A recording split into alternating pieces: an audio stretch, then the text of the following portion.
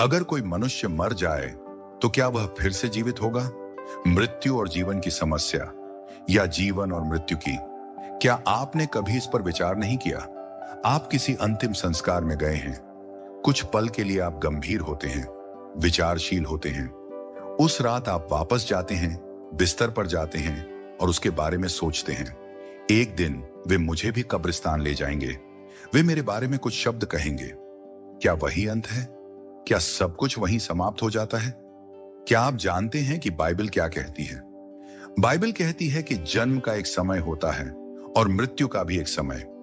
जन्म एक आनंदमय घटना है, मृत्यु एक दुखद घटना है और हम आंसू बहाते हैं। अगर आप उत्पत्ति के 5वें अध्याय को देखेंगे तो आप उन सब का वर्णन पाएंगे जो वृद्ध होकर मरे। आदम 930 वर्ष जिए लेकिन वह मर गया। मथुशेलह 969 वर्ष जिए लेकिन वह भी मर गया। मैंने हाल ही में ब्राजील के एक व्यक्ति के बारे में पढ़ा जो कथित रूप से 134 वर्ष तक जिया लेकिन वह भी मर गया। हर जीवन के अंत में मृत्यु है। जीवन बहुत छोटा है। बाइबल कहती है यह एक कहानी की तरह है जो कहीं जाती है। यह बुनकर की नोक है। यह एक फूल है जो मुरझा जाता है। यह घास की तरह है जो सूख जाती है। हेनरी वर्ड्सवर्थ लॉन्गफेलो ने इसे एक बार इस तरह व्यक्त किया था, कला दीर्घकालिक है और समय उड़ता जाता है और हमारे हृदय चाहे जितने भी दृढ़ और वीर हों, फिर भी वे ढके हुए ढोलों की तरह हैं जो कब्र तक अंतिम यात्रा की धुन बजाते हैं। और यही हमारी मंजिल है। मनुष्य के लिए एक बार मरना नियुक्त है।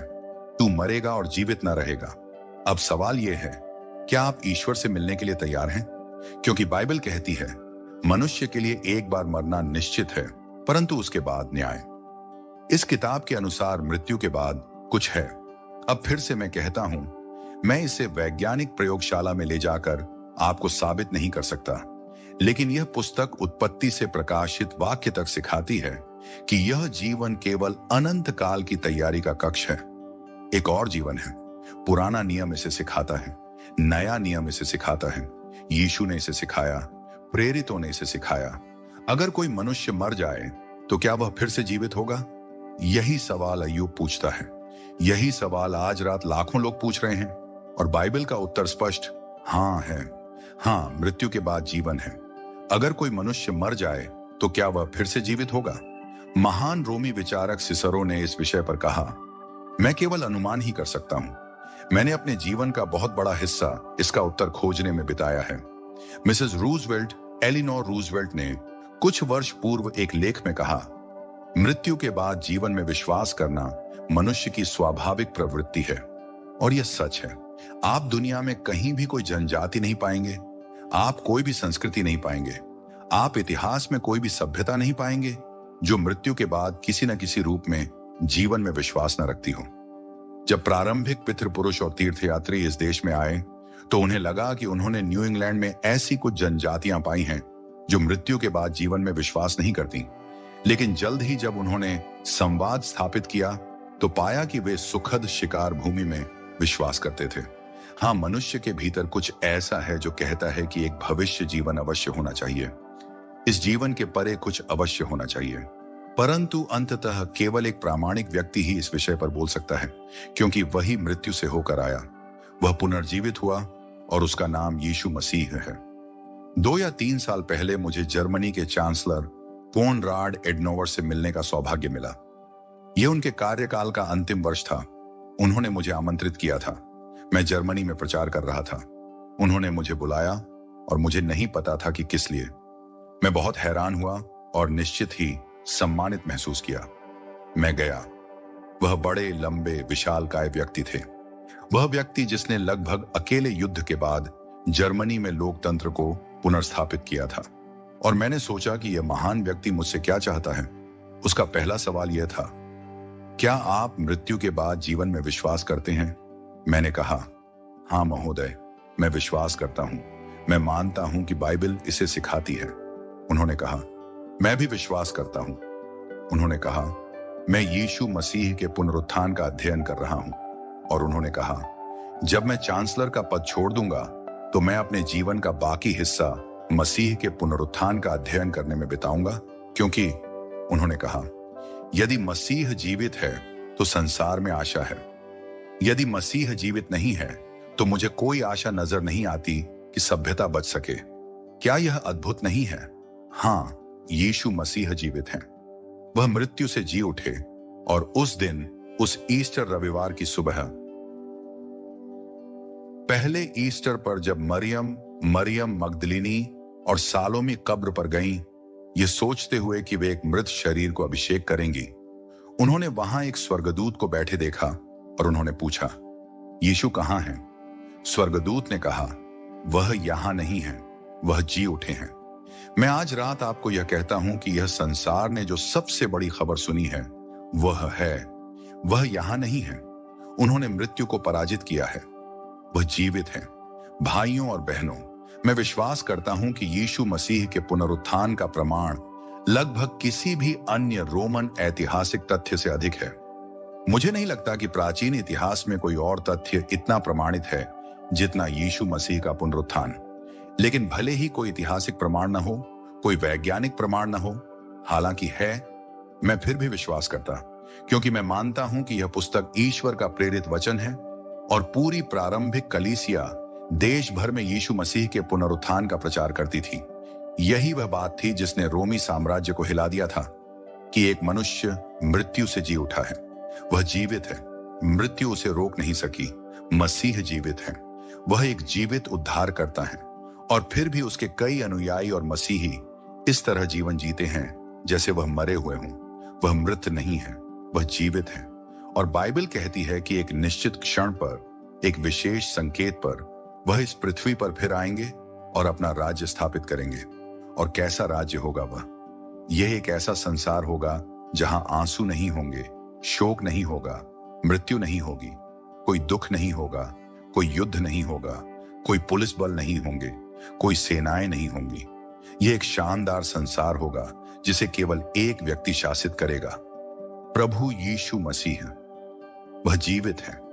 मैंने अपना जीवन किसी मृत मसीह को नहीं, बल्कि एक जीवित मसीह को समर्पित किया है और मैं एक जीवित उद्धारकर्ता का अनुसरण कर रहा हूं। और उसने मुझे एक गीत दिया है गाने को, उसने मुझे एक ध्वज दिया है पीछे चलने को, उसने मुझे एक विश्वास दिया है। मेरे पास अस्तित्व का कारण है। मुझे पता है मैं कहां से आया हूं, मुझे पता है मैं यहां क्यों हूं, मुझे पता है मैं कहां जा रहा हूं। क्या आपको पता है? परमेश्वर ने हिजकिय्याह से कहा, अपना घर व्यवस्थित कर ले, तू मरने वाला है। अब आप और मैं मरने वाले हैं, क्योंकि देखिए, बाइबल सिखाती है कि आप और मेरे पास एक शरीर है, पर हमारे शरीर के भीतर वास्तविक आप है, आपका वास्तविक अस्तित्व, और वही हिस्सा है जो सदा जीवित रहता है। आपका शरीर तो कब्र में जाएगा, पर आप, वास्तविक आप, आपकी बुद्धि, आपकी स्मृति, आपका व्यक्तित्व सदा जीवित रहेगा। बाइबल के अनुसार आप कभी नहीं मरेंगे और आप 1 करोड़ वर्ष, 1 अरब वर्ष बिताएंगे 2 में से 1 स्थान पर, यीशु के अनुसार। बिली ग्राहम के अनुसार नहीं, बल्कि यीशु के अनुसार। यीशु ने स्वर्ग के बारे में बहुत कुछ कहा, पर उन्होंने नरक के बारे में 3 गुना अधिक बातें कही। बाइबल के अन्य लेखक नरक के बारे में बहुत अधिक नहीं कहते, पर यीशु ने तो हर समय उसके बारे में बात की। उपदेश पर पर्वत पर मैंने लोगों को कहते सुना है, मैं नरक में विश्वास नहीं करता, मैं उपदेश पर पर्वत के अनुसार जीता हूं। तो आपने कभी उपदेश पर पर्वत पढ़ा ही नहीं है? यीशु ने उसके बारे में बात की। अब उन्होंने क्या कहा? उन्होंने कहा, मनुष्य का पुत्र अपने स्वर्गदूतों को भेजेगा और वे उसके राज्य में से सभी ठोकर खाने वालों और अधर्म करने वालों को इकट्ठा करेंगे और उन्हें आग की भट्टी में डाल देंगे, जहां रोना, चिल्लाना और दांत पीसना होगा। उन्होंने क्या मतलब निकाला? मत्ती 25 का 41। फिर वह बाएं ओर वालों से कहेगा, हे श्रापित लोगों, मुझसे दूर हो जाओ उस अनंत आग में जो शैतान और उसके दूतों के लिए तैयार की गई है, और उसके स्वर्गदूतों के लिए। इसका क्या अर्थ है? इसका अर्थ है कि नरक मनुष्य के लिए नहीं बनाया गया था। इसका अर्थ है कि परमेश्वर कभी भी किसी को नरक में नहीं भेजता। यदि कोई नरक में जाता है तो वह अपनी स्वतंत्र इच्छा से जाता है। नरक शैतान और उसके स्वर्गदूतों के लिए बनाया गया था, मनुष्य के लिए नहीं। परमेश्वर कभी नहीं चाहता था कि कोई मनुष्य वहां जाए, और परमेश्वर ने आपको बचाने के लिए अपनी सामर्थ्य की हर संभव कोशिश की है। उसने अपने पुत्र को भी उस क्रूस पर मरने के लिए दे दिया, ताकि आप वहां न जाएं। क्योंकि देखिए, जब परमेश्वर ने आपको बनाया, उसने आपको एक स्वतंत्र नैतिक प्राणी के रूप में बनाया। आप जैसा चाहें वैसा जीवन जी सकते हैं। आप एक अच्छा जीवन जी सकते हैं, आप एक बुरा जीवन जी सकते हैं। आप परमेश्वर के नियमों को तोड़ सकते हैं, आप उन्हें मान सकते हैं। आप परमेश्वर के मुंह पर अपनी मुट्ठी भी तान सकते हैं और परमेश्वर कुछ नहीं करेगा, क्योंकि जब उसने आपको बनाया, उसने आपको स्वतंत्र चुनाव का वरदान दिया। आप कोई रोबोट नहीं हैं जिसे बटन दबाने से नियंत्रित किया जाए। आपको परमेश्वर का विरोध करने, उसे ठुकराने का अधिकार है। लेकिन बाइबल कहती है कि हमारे विद्रोह और अस्वीकार करने के बावजूद परमेश्वर आपसे प्रेम करता है। वह आपसे इतना प्रेम करता है कि उसने अपने पुत्र को आपके पापों के लिए मरने के लिए दे दिया। और जब मसीह उस क्रूस पर मरा, हम यह पूरी तरह नहीं समझ सकते कि वहां क्या हुआ, लेकिन हम एक बात जानते हैं, उसने वह नरक और वह न्याय अपने ऊपर लिया जिसके आप और मैं अपने पापों के कारण योग्य थे। उसने उसे उस क्रूस पर सहा, और यही कारण है कि उसके मुख से वह भयानक वाक्य निकला, हे मेरे परमेश्वर, हे मेरे परमेश्वर, तूने मुझे क्यों छोड़ दिया। क्योंकि देखिए, नरक का वास्तविक अर्थ ही परमेश्वर से पृथकता है। और उस भयानक क्षण में परमेश्वर पिता और परमेश्वर पुत्र के बीच एक छाया आ गई। पहली बार जब से अनंत काल आरंभ हुआ था, मसीह आपके लिए मर रहा था और उसने नरक की पीड़ा सही। वह झूठ बोलने का दोषी बना, वह निंदा का दोषी बना, वह ईर्ष्या का दोषी बना, वह सबसे गंदे अशुद्ध पापों का दोषी बना। और जब ये पाप उसके भीतर आए, आपके और मेरे पाप, तब परमेश्वर उन्हें देख नहीं सकता था, क्योंकि परमेश्वर अधर्म पर दृष्टि नहीं कर सकता। परमेश्वर बहुत पवित्र है। मसीह ने वह नरक अपने ऊपर ले लिया जिसके आप और मैं योग्य थे। अब परमेश्वर कहता है, उसे स्वीकार करो, उस पर विश्वास करो, उस पर अपना भरोसा और विश्वास रखो, और मैं तुम्हारे पापों को क्षमा कर दूंगा, और मैं तुम्हें एक ऐसी जगह में अनंत जीवन की गारंटी दूंगा जिसे स्वर्ग कहा जाता है। यह सब तुम्हारा है और यह सब मुफ्त है। तुम्हें बस इसे स्वीकार करना है। कैसा प्रस्ताव है यह। वह आज रात तुम्हें अनंत जीवन दे रहा है। अब अनंत जीवन उस क्षण से शुरू नहीं होता जब तुम मरते हो। जब एक मसीही मरता है, तब अनंत जीवन शुरू नहीं होता। अनंत जीवन शुरू होता है उस क्षण से जब तुम मसीह को स्वीकार करते हो। अब तुम में से बहुत से लोग यहाँ साउथ कैरोलिना में, नॉर्थ कैरोलिना में और देश भर में मसीही घरों में पले बड़े हो, या तुम चर्च जाते हो। तुम एक तरह से सभ्य जीवन जीते हो और अपने माता पिता के विश्वास की चमक में जी रहे हो, लेकिन तुमने कभी वास्तव में मसीह को अपने लिए स्वीकार नहीं किया। तुमने कभी वास्तव में उस पर व्यक्तिगत रूप से विश्वास नहीं किया। तुम वास्तव में उसे नहीं जानते। तुम सुनिश्चित नहीं हो कि तुम परमेश्वर से मिलने के लिए तैयार हो, और बाइबल कहती है, अपने परमेश्वर से मिलने की तैयारी कर। क्या तुम तैयार हो? क्या तुम पूरी तरह से सुनिश्चित हो कि तुम तैयार हो? तुम जानते हो, बाइबल कहती है, मैंने ये बातें तुमसे इसलिए लिखी हैं जो परमेश्वर के पुत्र के नाम पर विश्वास करते हो, कि तुम जान सको कि तुम्हें अनंत जीवन मिला है। मैं यहां खड़े होकर घमंडी या आत्ममुग्ध हुए बिना इस पुस्तक के अधिकार से कह सकता हूं, मैं जानता हूं कि मेरे पाप क्षमा हो चुके हैं। मैं जानता हूं कि मैं स्वर्ग जा रहा हूं। मैं जानता हूं कि मैं जीवित रहूंगा जैसे ही परमेश्वर जीवित हैं, क्योंकि जिस क्षण मैंने मसीह को स्वीकार किया, मैं परमेश्वर के अपने जीवन का भागीदार बन गया। अब मैं 1 अरब वर्षों तक जीवित रहूंगा और वह केवल शुरुआत होगी। मुझे यह सब पता है, अपने किसी भलेपन के कारण नहीं। मैं स्वर्ग इसलिए नहीं जा रहा कि मैंने एक अच्छा जीवन जिया है। मैं स्वर्ग इसलिए नहीं जा रहा कि मैंने बहुत बड़ी भीड़ को प्रचार किया है। मैं स्वर्ग इसलिए जा रहा हूं क्योंकि मसीह ने उस क्रूस पर क्या किया। क्योंकि अनुग्रह से तुम उद्धार पाए हो विश्वास के द्वारा, और वह तुम्हारी ओर से नहीं है, यह परमेश्वर का वरदान है। यह कर्मों के कारण नहीं, ताकि कोई घमंड न करे। हम इसलिए स्वर्ग नहीं जा रहे कि हम अच्छे हैं। हम इसलिए स्वर्ग नहीं जा रहे कि हमने काम किया। हम इसलिए स्वर्ग नहीं जा रहे कि हमने मूल्य चुकाया। हम इसलिए स्वर्ग जा रहे हैं क्योंकि उसने उस क्रूस पर क्या किया, और मुझे केवल उसे स्वीकार करना है।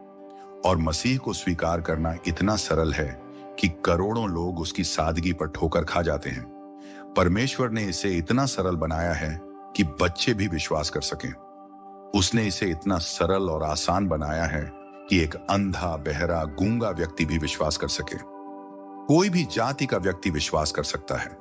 कोई भी राष्ट्रीयता, कोई भी भाषा, कोई भी विश्वास कर सकता है। और परमेश्वर यही कहता है कि स्वर्ग पाने के लिए तुम्हें बस विश्वास करना है। अब यह विश्वास शब्द शायद उससे कहीं अधिक गहरा है जितना आप सोचते हैं। इसका अर्थ है समर्पण। इसका अर्थ है आत्मसमर्पण। इसका अर्थ है कि मैं जो कुछ भी हूं, सब कुछ यीशु मसीह को दे दूं और केवल उसी पर अपने पापों की क्षमा और उद्धार के लिए भरोसा करूं। इसका अर्थ है कि जिस क्षण आप उसे स्वीकार करते हैं, आपका नाम जीवन की पुस्तक में लिखा जाता है। क्या आपका नाम जीवन की पुस्तक में है? क्या आप निश्चित हैं कि आप स्वर्ग जा रहे हैं? क्या आप परमेश्वर से मिलने के लिए तैयार हैं? यदि आज रात आपके हृदय में थोड़ा भी संदेह है कि आप परमेश्वर से मिलने के लिए तैयार हैं, तो इस स्थान को छोड़ने का साहस मत कीजिए जब तक कि आप इसका समाधान नहीं कर लेते। क्यों? क्योंकि आपको शायद ऐसा और कोई समय या क्षण फिर कभी न मिले। आप जब चाहें तब मसीह के पास नहीं आ सकते। बाइबल कहती है, जो बार बार चेतावनी पाकर भी अपना मन कठोर करता है, वह अचानक नष्ट कर दिया जाएगा और उसका कोई इलाज ना होगा। हजारों लोगों ने इस महासभा के लिए प्रार्थना की है। परमेश्वर का आत्मा आपको यहां लाया है। सैकड़ों लोग पहले ही इस सभा में मसीह के पास आ चुके हैं। मार्ग तैयार है, आपका हृदय तैयार है। परमेश्वर का आत्मा आज रात आपसे बोल रहा है। यह समय है, यह क्षण है, और आपको शायद ऐसा क्षण फिर कभी न मिले। मैं आपसे आग्रह करता हूं कि आप अपना जीवन मसीह को समर्पित करें। सुनिश्चित करें कि आपका नाम जीवन की पुस्तक में लिखा हो। सुनिश्चित करें कि आप स्वर्ग जा रहे हैं और आज रात ही अनंत जीवन को प्राप्त करें। और इसे हम इस प्रकार करेंगे। मैं आपसे निवेदन करता हूं कि आप अपनी सीट से अभी उठें।